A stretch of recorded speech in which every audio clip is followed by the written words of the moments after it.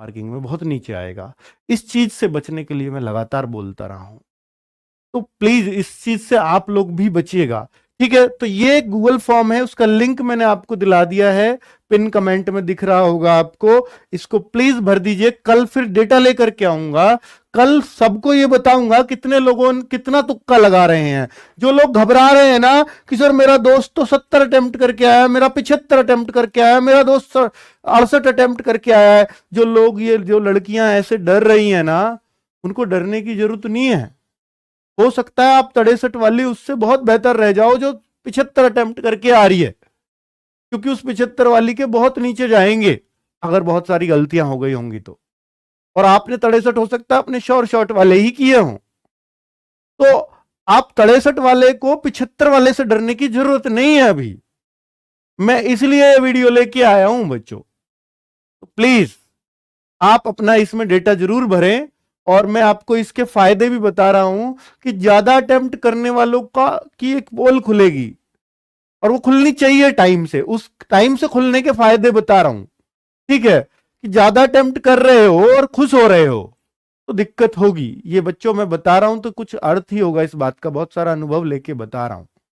ठीक है, तो एक कट ऑफ का सटीक अनुमान आंसर की, देखिए सबसे सटीक अनुमान कब लगता है, जब आपकी आंसर किया जाती है, आपके मार्क्स पता लग जाते हैं कि सर मैं इतना करके आया, मैं इतना करके आया, मैं इतना करके आया।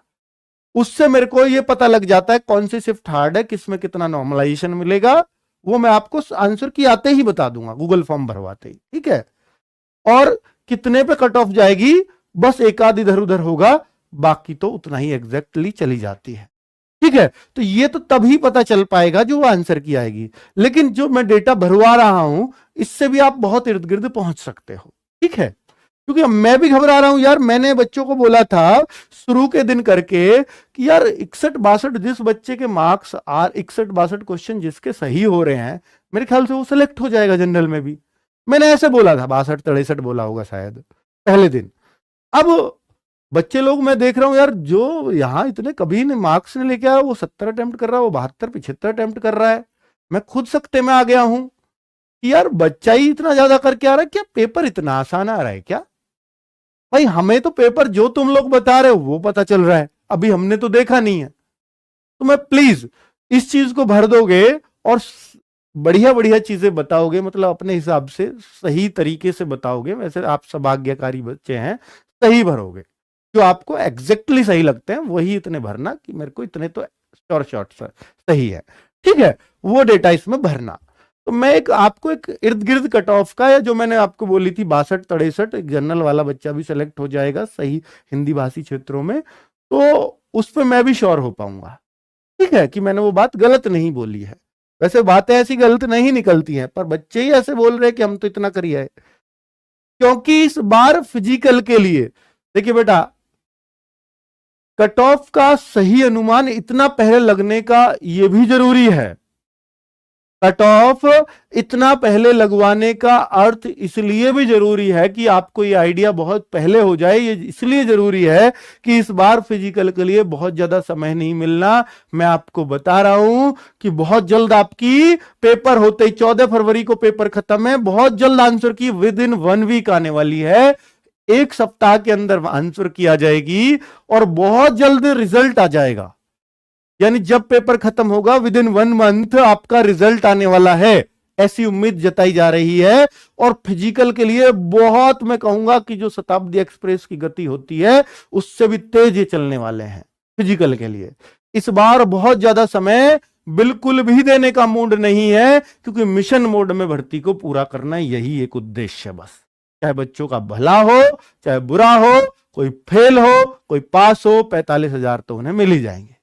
मानते हो इस बात को? पर आप पास हो यार, उसके लिए तो आपको लगातार, मेरे ख्याल से अगर आपको लगता है कि आप हमारी कट ऑफ में आ रहे हैं तो आपको फिजिकल की तैयारी शुरू कर देनी चाहिए।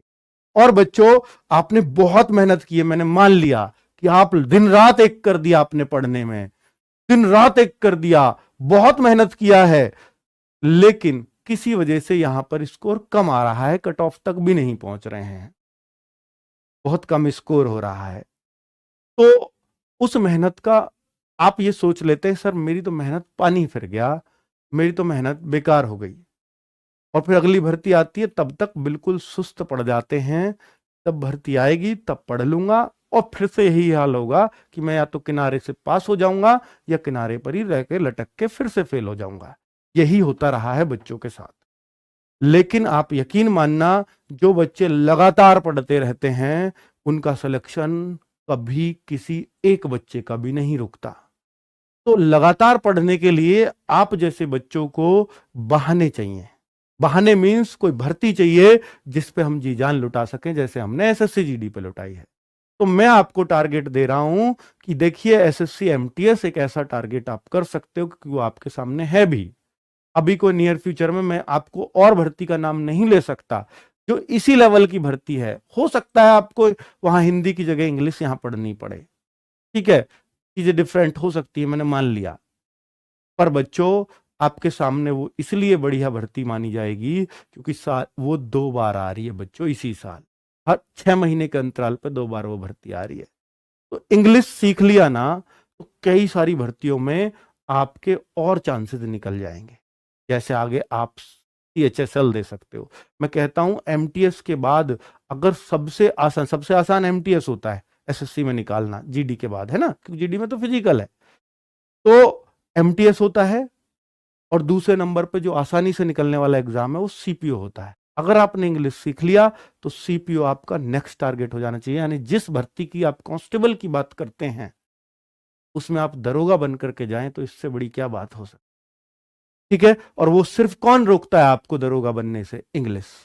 एमटीएस की इंग्लिश पढ़िए, मैं गारंटी से कहता हूं आप सीपीओ निकाल देंगे, ठीक है, क्योंकि आपका डर ही सिर्फ इंग्लिश है, बाकी आप चीजों से लड़ने वाले बच्चे। तो प्लीज इंग्लिश को इतना हवा ना बनाएं। मैं गारंटी से यह भी कह सकता हूं कि अगर आपने मैथ्स को जितना भी समय दिया है, अगर उससे आधा समय भी इंग्लिश को डेडिकेटेड होकर के दे दो तो इंग्लिश आपको ज्यादा मार्क्स दिलाएगी हमेशा मैथ्स से, ठीक है। पर उससे लगातार हम डरते हैं कि ये तो मैंने पढ़ी ही नहीं है, ये तो मेरी समझ ही नहीं आ रही। ग्रामर से शुरू करो, आपको समझ भी आएगी, आपको मजा भी आएगा। चलिए, तो बच्चों ये आपको एक गाइडलाइन देनी थी। बाकी मैं आपसे कहना चाहूंगा कि फिजिकल के लिए अगर आप कट ऑफ में क्लियर हो जाते हैं तो आप दौड़ना थोड़ा थोड़ा शुरू कर दीजिए, वरना अगर फिजिकल से फेल हुए तो आपको बहुत ज्यादा दुख होगा और ये कहोगे इससे तो पहले ही फेल हो जाता तो कम से कम दूसरी भर्ती की तैयारी कर लेता, अब तो मेरे पास वो चांस भी नहीं है, ठीक है। तो अगर आप फिजिकल की कट क्लियर कर जाओ तो वो पास होना ही चाहिए। उसके लिए जरूरी है कि आप साथ के साथ थोड़ा सा रनिंग स्टार्ट कर दीजिएगा। बहुत ज्यादा मत करिए पर थोड़ा थोड़ा कर दीजिएगा क्योंकि बहुत ज्यादा टाइम मिलेगा नहीं। नमस्कार, धन्यवाद।